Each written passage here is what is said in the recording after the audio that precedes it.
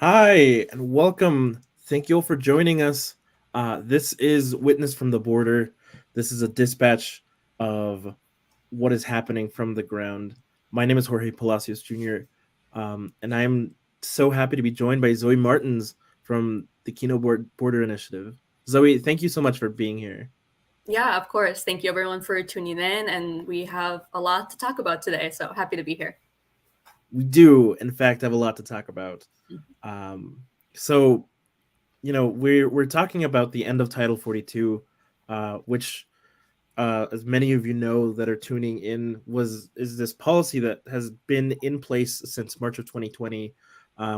It was put in place by the Trump administration as part of the public health emergency, and it has stopped any asylum process from proceeding. All right, there's over the last 3 years, after a lot of battles in the courts and experts in the medical and policy fields have denounced Title 42, we are about to see uh, the end of it, right? As this public health emergency lifts next week on May 11th. So I guess to just get into it, Zoe, what have the past 3 years been like? Yeah, thanks, Jorge. It's a great question, and to respond. I'm actually going to take us back 5 years, more or less, because really over these past 5 years, there have been these nonstop attacks on the asylum system. Attacks that started before Title 42 and attacks that look like they're going to continue even after Title 42. So I work at Kino Border Initiative, as you mentioned. And at KBI, most people we see are arriving at the border and trying to follow the processes that are made available to them by the US government. But unfortunately, our immigration system is so out of date that many people who want to migrate to the US, maybe to be with family members, to work in the US, they don't have a clear cut way to do that when they arrive at the US Mexico border.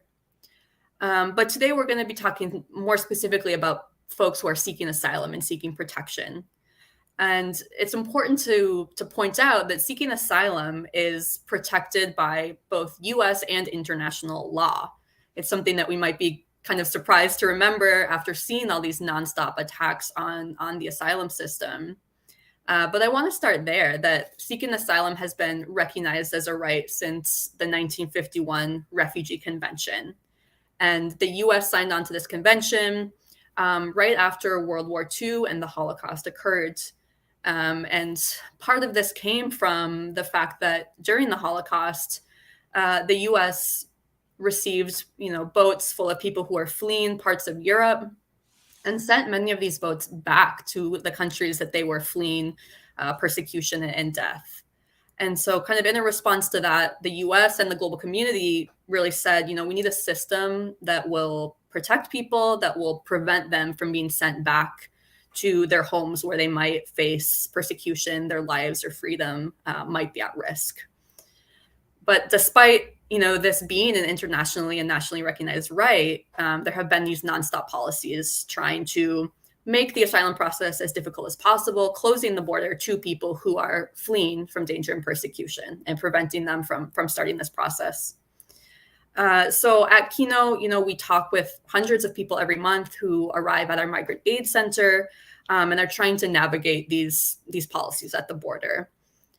We are located in Nogales, Sonora, Mexico. We're about an hour south of Tucson, Arizona, right on the Mexico side. And at Kino, really our vision is migration with dignity. And there's a few different ways we try to work towards that vision. One of them being the direct humanitarian assistance and the holistic accompaniment that we give to folks who are arriving at our migrant aid center. We also facilitate education and encounter between migrant people and between other folks who come to visit our aid center to really try to inspire more people and communities towards solidarity with people in migration. And then we also do this policy advocacy side, both in the US and Mexico, trying to work towards more dignified immigration policies. And so one thing that I'll be able to speak to is we do kind of an intake interview with every person who arrives at Kino for the first time. And we ask some questions to learn more about what their experience has been like migrating, some of the reasons that they're migrating, And there we're able to learn a lot about what the lived experiences of some of these policies like Title 42 are. So I'll do a quick overview of what we've seen kind of from 2018 onwards, beginning with some policies under the Trump administration, the first of which was called metering, where US agents only were letting in a certain number of people each day to start an asylum process. And then they told people they were at capacity and the rest of the folks had to put their names on the wait list and wait their turn, essentially. So to give an example, you know, if I were the mother of a family who was fleeing organized crime, death threats in my home state, you know, if I arrived to the US-Mexico border before March of 2018, I could present myself to the US authorities. I could explain that I'm seeking asylum, and they would start that process for me. They would, you know, assess the fear, take my fingerprints, do whatever background check they need to do, and then I would be able to go to my destination, maybe with family members in the US, and kind of wait for my court date in that process. But if I were that same person and I came after April of 2018 to the border, I could approach the port of entry, the US officials, but I would probably be told that they wouldn't have capacity to process me. I would have to go put my name on a wait list and wait the days, weeks, months until it was my turn. So that was what metering looked like. And then some other policies came on top of that as well. In 2019, Remain in Mexico, or also known as MPP, where any asylum seekers coming from a country other than Mexico, they could go to the border crossing and talk to US officials and explain they're seeking asylum. They would be given a paper with a court date on it, and then US officials would send them back to Mexico to wait until the day of their court. So we can imagine folks, families who are maybe waiting months on this metering wait list. Maybe it's finally their turn to go talk to the US official, and then they're only given a piece of paper and told to wait in Mexico until that date comes. So that sent a lot of people back to really dangerous conditions in border cities as well. And then lastly, we'll talk a little bit about Title 42, as you already mentioned, Jorge, that began in March of 2020, and really use this public health law to exclude asylum seekers specifically from entering the US. So from the beginning, we saw the discriminatory way that this law was used. And we saw the impacts on people who were trying to seek asylum. At Kino, we were kind of accompanying a family that had arrived back in November 2019 to seek asylum. And they approached the authorities and they were put on a wait list under this metering policy. You know, by the spring, they had been waiting several months, and they received a phone call that was going to be their turn the next day to be processed into the United States. They were packing their bags. They were ready after this wait. But unfortunately, they received another phone call a little while later and were told that because of Title 42 coming into place, they would no longer be able to cross, and they would have to wait indefinitely until they would have some sort of access to the asylum system. And in total, they had to wait 18 months at the US-Mexico border to be able to finally access their asylum process. So just kind of these layers of policy on top of one another, making seeking asylum more and more difficult over time. And one last thing, I could go on and on, obviously, about the impacts of Title 42. But, you know, at the same time, these policies are coming into place. At Kino, we're seeing more and more people arriving who are leaving due to violence. For example, in 2022, 75% of people arriving at Kino left their hometowns, their home states, countries due to violence. The vast majority. And another thing to point out is also around 80% of people arriving at Kino last year were Mexican nationals. And so that really meant that Title 42 was forcing all asylum seekers to be stranded in Mexico, and especially thinking about Mexican asylum seekers forced to wait in the same country that they're trying to flee for their own safety and protection. So it puts people in a lot of danger, both Mexican nationals and, you know, folks from other countries. So one example I'll give about being forced to wait in Mexico for folks who are from other countries, because those people are also targeted by organized crime, by Mexican authorities who can kind of see that they're foreigners based on their appearance or their accent or what have you. And I met a man named Joaquin, who's from Venezuela, and he described Mexico actually as the worst part of his journey, even worse than the Darien Gap, which is, known as the most dangerous crossing through the jungle in Panama. And he had been stranded in Mexico for about 7 months. He had been kidnapped and extorted 3 times by Mexican authorities. And he explained that he was aware that Mexican authorities were actually working in collusion with organized crime to target him in some of these instances. So these are the kinds of conditions that people are forced to wait under, given these policies, given Title 42 in particular. That really says a lot, I think. So given that, what are the implications of Title 42 lifting, right? Now that Title 42 is coming to an end, like what does that mean for migrants and for the whole system, right? Yeah, for sure. I'll start with a little bit more about what's happening right now, because one other thing that's important to point out is that the current process right now, Title 42 still stands, but what there is this very limited exceptions process. So the general rule is that no one can seek asylum, but you can try to get an exception to Title 42 using the CBP-1 application, which is a smartphone application. And folks need to use this application to get an appointment, to have a day and a time to present at the border and then start their asylum process. And what this looks like is people who are having to try every morning to get onto this app and get an appointment, try for months on end, because the number of appointments available is really low. And we know that people have been forced to wait on the US-Mexico border for months, if not years. There are many people who need access to the asylum system, but there's a very small number of appointments.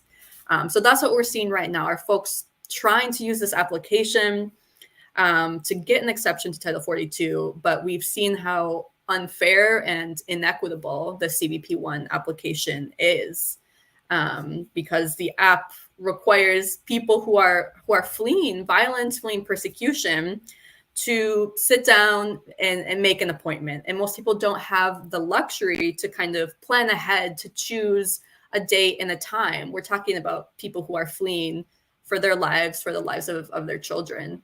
So this application just puts up so many obstacles for especially the most vulnerable asylum seekers. We think about people maybe who can't read or write, people who speak an indigenous language or another language that's not supported on the application. And still, these people, the only way they can try to access asylum and protection is using this phone application. So one other person that comes to mind that I've met at Kino is a man named Benjamin, and he's an indigenous man from Guatemala. Spanish is his second language, and his first language is Quiche. And he came to Kino, unfortunately, after being physically assaulted by Border Patrol agents. He arrived injured at Kino, and he spent 8 months waiting for access to the asylum process, many months trying to get an appointment on the CBP-1 application. And he struggled with it for many reasons, kind of all the technological problems and glitches, Spanish being his second language.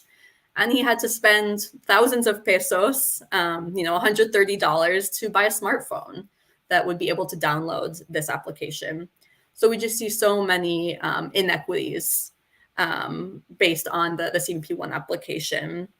And what things will look like once Title 42 is lifted, the main change will be the policy behind why people are having to use the CBP-1 application. But it will not change the fact that people have to use this phone application to get an appointment to present at the port of entry. People won't be using the CBP-1 application to ask for an exception to Title 42 anymore, but they will have to use the CBP-1 application to seek asylum because of the Biden administration's proposed asylum ban that we're looking at and looks like will come into place right after May 11th.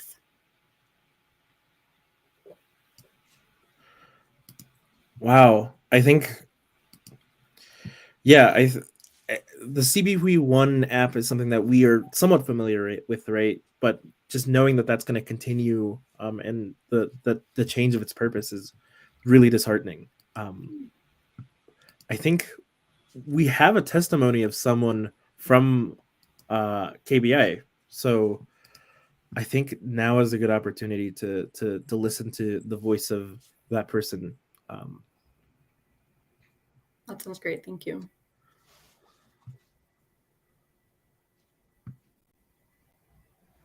Me llamo Estela Rodríguez.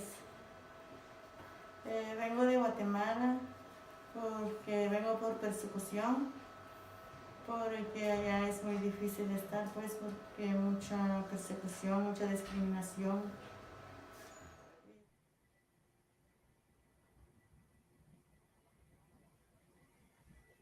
Porque nosotros ahora aquí, yo estoy aquí en Nogales. Vine desde octubre y no he pasado, aquí estoy sufriendo, habemos muchas madres que traemos nuestros hijos y venimos sufriendo, porque aquí está muy mal, pues aquí también nos están amenazando, aquí cobran mucho la renta, aquí pues ven que venimos del otro lado y nos cobran mucho, dicen que si no tenemos pues no nos podemos quedar y además no podemos trabajar porque no traemos credencial, no somos de aquí, sufrimos mucho con nuestros hijos.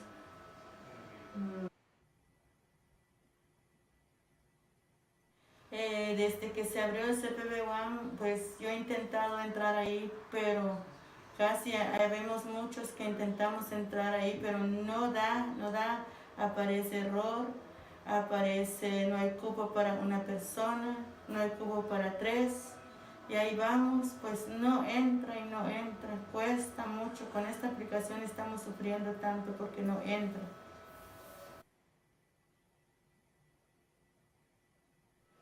No, porque aquí en México está muy peligro y no podemos pedir asilo porque es tan peligroso, toda la gente corre en peligro y nosotros también corremos peligros, hemos sido amenazados aquí. Entonces no, venimos pidiendo asilo para el otro lado. Que por favor tenga misericordia de nosotros porque nosotros estamos sufriendo mucho aquí y que nos dejen pasar por allá y pues es lo que queremos, pues no venimos a hacer malas cosas ni nada, simplemente venimos a pedir asilo, pues a pasar a que pues a dar un buen futuro para nuestros hijos.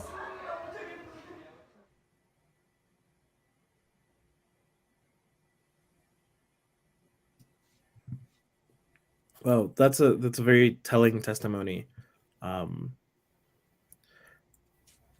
So I guess in light of that, right? What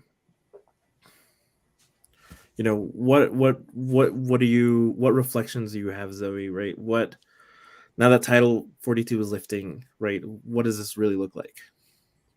Yeah, absolutely. Stella's testimony is very powerful. Just thinking about the fact that she and her family have been stranded since October. So many months of just kind of waiting, this indefinite wait of trying to seek asylum in the United States. And unfortunately, we hear testimonies like Estela's regularly at Kino of people who have been battling with the CBP1 application, who have been trying to use this super limited and dysfunctional pathway. And as we've been talking about, as Title 42 is coming to an end, unfortunately, Biden's proposed asylum ban is going to continue to put these really significant obstacles up for people who are trying to seek asylum. So what this will look like in practice is that the end of Title 42 isn't going to change really anything on the ground, because it's going to establish all these requirements that asylum seekers must comply with to be able to access the asylum process. So overall, what this new rule, this asylum ban would look like, it would continue to require asylum seekers to use the CBP1 application to schedule an appointment. And it would have these other kind of layers built in of other obstacles. For example, if there are people who are fleeing countries other than Mexico, and these people have not gotten an appointment on CBP-1, and they try to cross in between ports of entry or try to cross in the desert, U.S. agents will assume that they're ineligible for asylum, even if they have, a claim, because they will need to have first asked for asylum in another country that they transited through. So kind of harkening back to the transit ban that Trump attempted to put into place for quite a while, forcing people to try to seek asylum in countries they're passing through where they might not have safety either, where there might not be, full and fair asylum processes. But these are some of the barriers that this new asylum ban would put up. And I think about Estela and her testimony that she just shared as someone from Guatemala. She would be forced to get an appointment on the CBP-1 app. And if not, this kind of transit ban would be in place for her. The expectation would be that she would seek asylum in Mexico, even though she said in her testimony that her and her family have received threats in Mexico, that they do not have safety there either. So we're very concerned about this new ban and the obstacles that would be put in place. And we're not alone in that. I mean, the public is very opposed to this asylum ban. And that's something that we saw during the process, where folks in the public could submit comments, kind of giving their opinion and feedback on this proposed rule. And the US government received over 50,000 comments about this new rule. And nearly 80% of them expressed opposition and expressed, grave concern about what this would mean for asylum seekers. So there's a lot of opposition, but unfortunately, the Biden administration only really has to, read through and consider those comments, and they could still and probably will make the decision to implement this ban, regardless of public opinion about it. And the rule itself talks about incentivizing regular pathways and de-incentivizing irregular pathways, such as crossing through the desert, right? But we're talking about people who are fleeing violence and persecution, threats to their lives. These are situations where people don't necessarily have the resources and the luxury to choose how they flee, to choose when they flee. So the pathways that the Biden administration is trying to make available to people, like the CBP-1 appointment process, they're simply not viable for most people who are fleeing persecution. It's not viable for someone fleeing death threats to wait for months and months trying to use this dysfunctional app. So we're really concerned. CBP-1 cannot be the only way for people to seek asylum, for all the inequities we've talked about, for the way that it really disadvantages the most vulnerable asylum seekers as well. Just basic access to a smartphone can be a really big challenge. People who have made long and perilous journeys are often robbed. They're often robbed of their cell phones, for example. And you need to have thousands of Mexican pesos to buy an iPhone and Android, something that can support this application. So just at that very basic kind of financial accessibility, the application disadvantages those folks who are most vulnerable. And the other part of the rule that I mentioned, this kind of transit ban, right, of if folks don't have an appointment and try to cross in the desert, they will be ineligible for asylum if they haven't first tried to seek asylum in a transit country. And this also puts people in a lot of danger.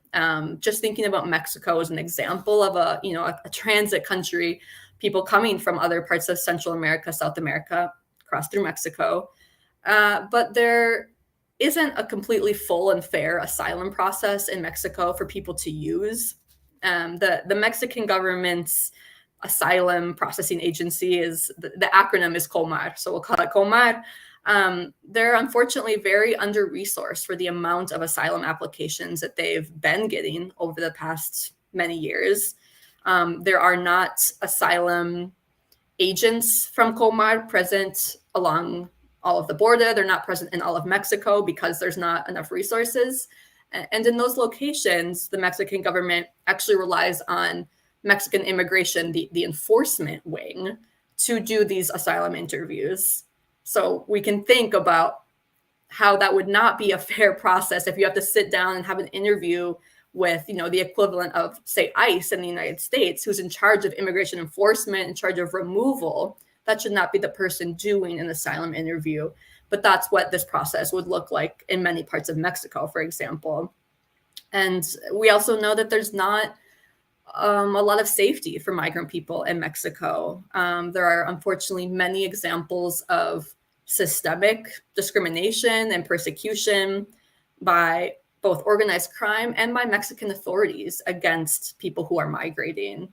And we saw this clearly illustrated in the recent tragic fire in Ciudad Juarez, where migrants were detained in a Mexican immigration center and the Mexican authorities did not allow them to leave the burning building. And it resulted in a really big loss of life. So these examples really clearly illustrate that there is systemic persecution against migrants in Mexico, and we cannot ask people to stay in a country where they do not have safety and do not have a full and fair asylum process.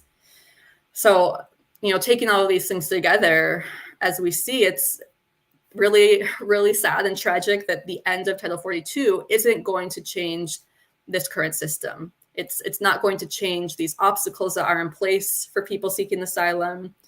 And it's going to be a really confusing time. This next week, a few weeks, months, we're also concerned about how migrants and asylum seekers are going to get access to trustworthy, accessible information about what's happening. We can definitely imagine that the end of Title 42 is going to give people a lot of false hope and kind of false ideas that traffickers and coyotes will probably take advantage of, and, you know, tell people that they can now seek asylum at the border, when that is still not going to be true, given this asylum ban that Biden is going to put into place. So it's a really difficult and confusing time of, you know, finally having the end of this discriminatory policy of Title 42, but at the same time, we're not going to see the necessary changes. We're not going to see a dignified and fair asylum process still.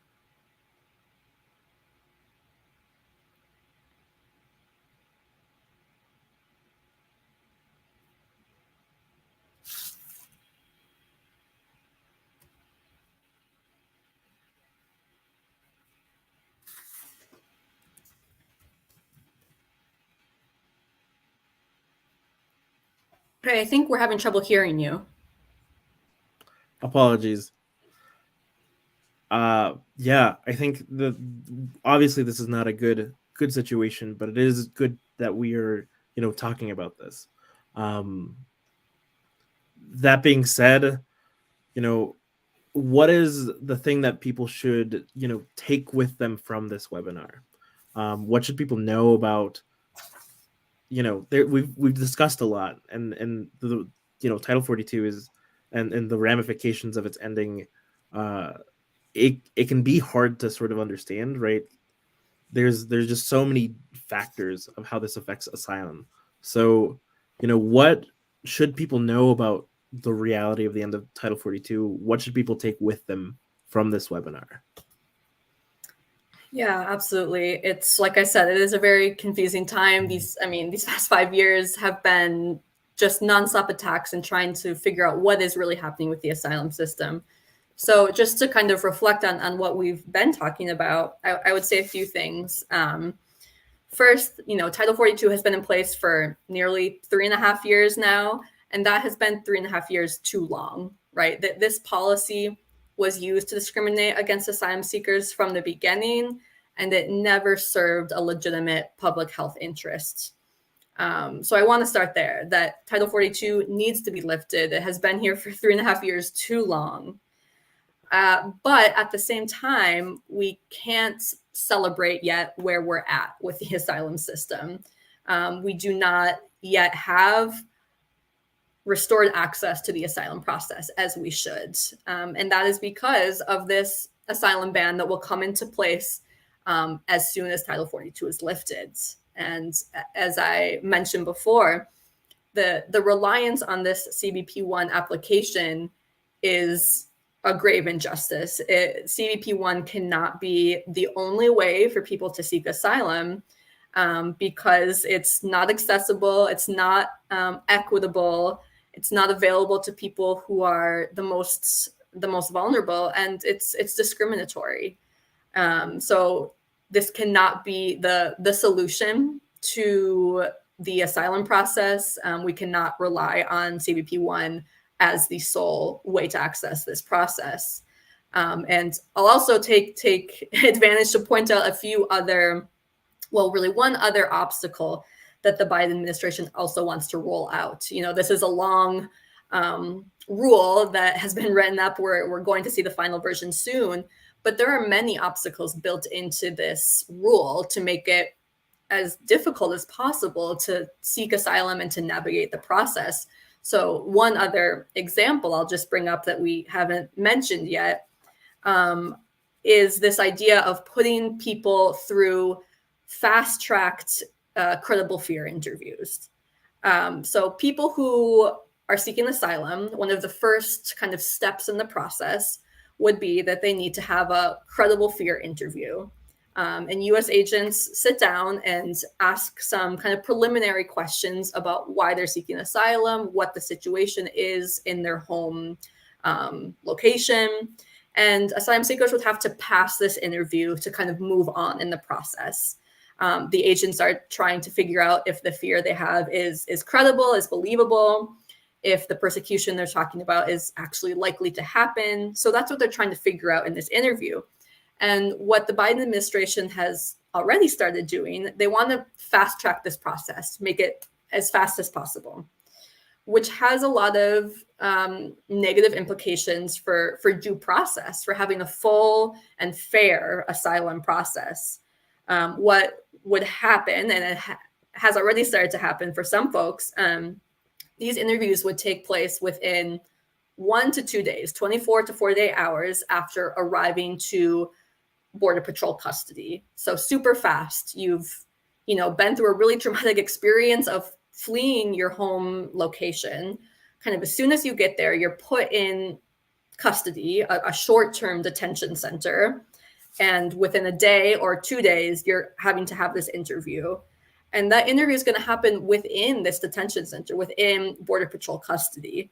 And some things to point out about that, the conditions of that custody are that lawyers have no access. Lawyers cannot physically arrive to those locations. They're closed to lawyers and closed to the public, obviously.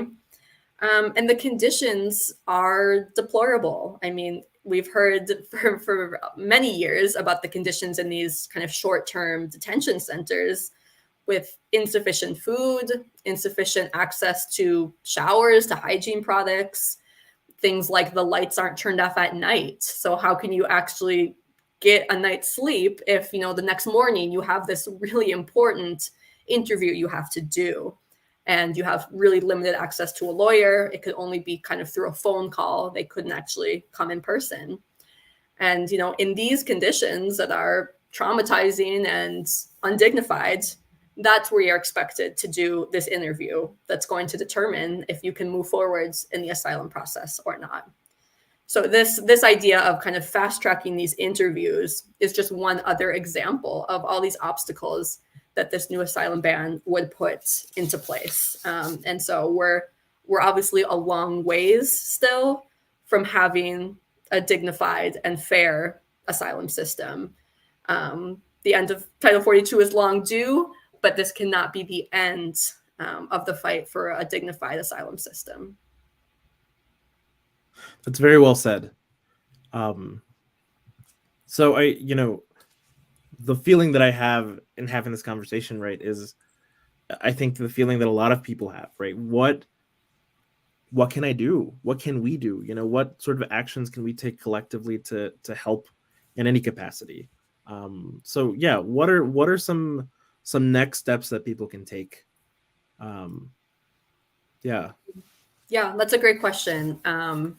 And I think, I'll start with where I left off. I mean, the first thing just generally is that we have to continue to speak out against these restrictions on asylum, right? Unfortunately, with the end of Title 42, these restrictions are not going to come to an end. So we can't accept this as the new normal, right? We need to continue fighting for restoration of access to the asylum process. And as we've discussed, Biden's new ban, CBP-1, those things do not provide us with a fair asylum system. So yeah, what are some more kind of concrete steps that folks can take who want to continue in this fight with us? I'll start with one that, at KBI, we really place a lot of importance on listening and learning from folks who are directly impacted by these policies, people who are arriving every day at our migrant aid center. And people really generously share their testimonies with us. And a lot of people want others to know their stories. They want others to know their experiences.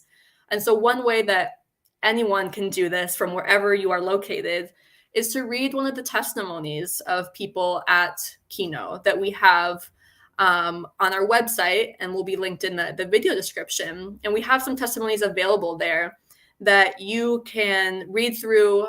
You can witness these testimonies, either by yourself in your home, or you could organize it in a group meeting and kind of, read a story together, and commit to praying for that person and to sharing their testimony with other people in your lives. This is a really important step to continuing to raise consciousness, awareness of what migrants are experiencing day to day, of what asylum seekers are experiencing, and how these policies impact their daily lives. So this is a really important step that everyone can do to really just welcome more people in their community into this knowledge, into listening to folks who really are living what these policies mean. So that's one thing everyone can do and can commit to doing. And there's a few other action steps as well that I want to point out. There are also things that are, moving nationally, national legislation, right? That's another way to look at this, is really from that congressional advocacy standpoint. And one thing that I want to point out is that these challenges in navigating the asylum system, they don't stop once people are processed into the US, unfortunately. Asylum is a long and grueling, confusing process. And people are kind of in limbo for months, if not years. Once they're in the US, they're waiting for their court date before an immigration judge. During this time, they don't have access to any public benefits. And they often don't have access to a work permit for at least 6 months.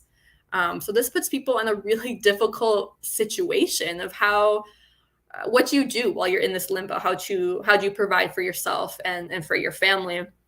And so there is an act that's being introduced called the Asylum Seeker Work Authorization Act of 2023 that would try to address this and try to make this waiting time a little bit less difficult. And what it would do would allow people who are waiting for their asylum court date to apply for a work permit after only 1 month, rather than having to wait 6 months to apply for this work permit.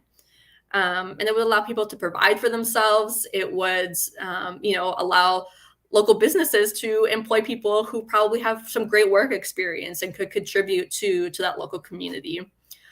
So this is another thing that would help asylum seekers in this long process.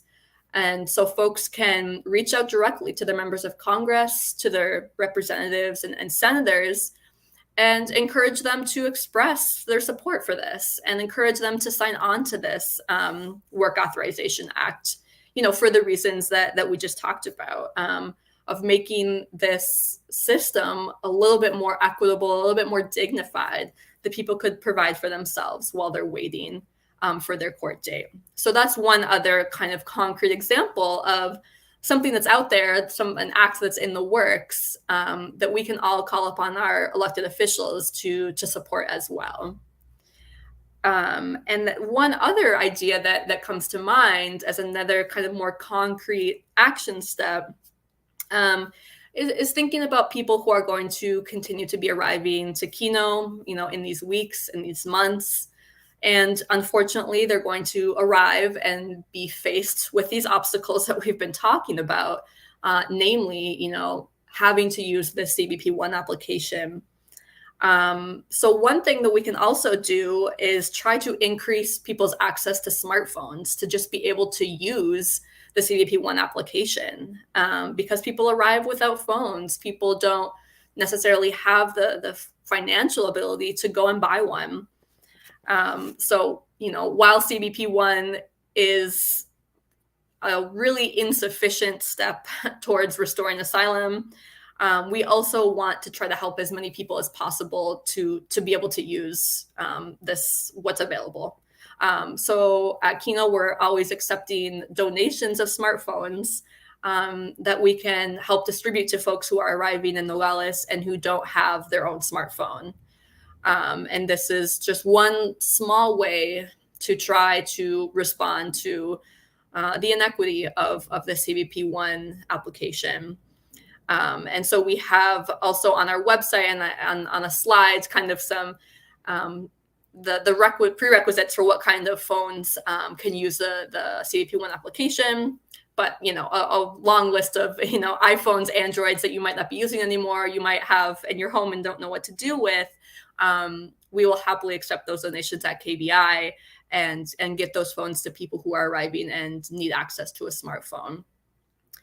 So this is just a list of the supported models, but there's a whole wide range of phones that support this app, and smartphones are expensive. So this is definitely a concrete step that could really help an individual person, help an individual family who's trying to navigate this process. So those are kind of a range of things folks can do to get involved, to stay involved, from talking with your community, from sharing testimonies with your community, to donating an old phone that you might not be using, to calling members of Congress and asking for their support on the act we just talked about. So we are really appreciative of everyone who's been listening, been tuning in, and we hope that you'll join us in taking some of these action steps, and then continuing to speak out against these obstacles, against these attacks on asylum that continue. Thank you very much, Zoe. Thank you all for everyone who's tuned in to this webinar, right? Taking the time to really learn a little bit more about the reality of what's happening with asylum at the U.S.-Mexico border. Yes, thank you so much, Zoe. It's always a pleasure. Yes, thank you, Jorge. I really appreciate it. It's like you said, it's important to have this space to just talk about what's happening.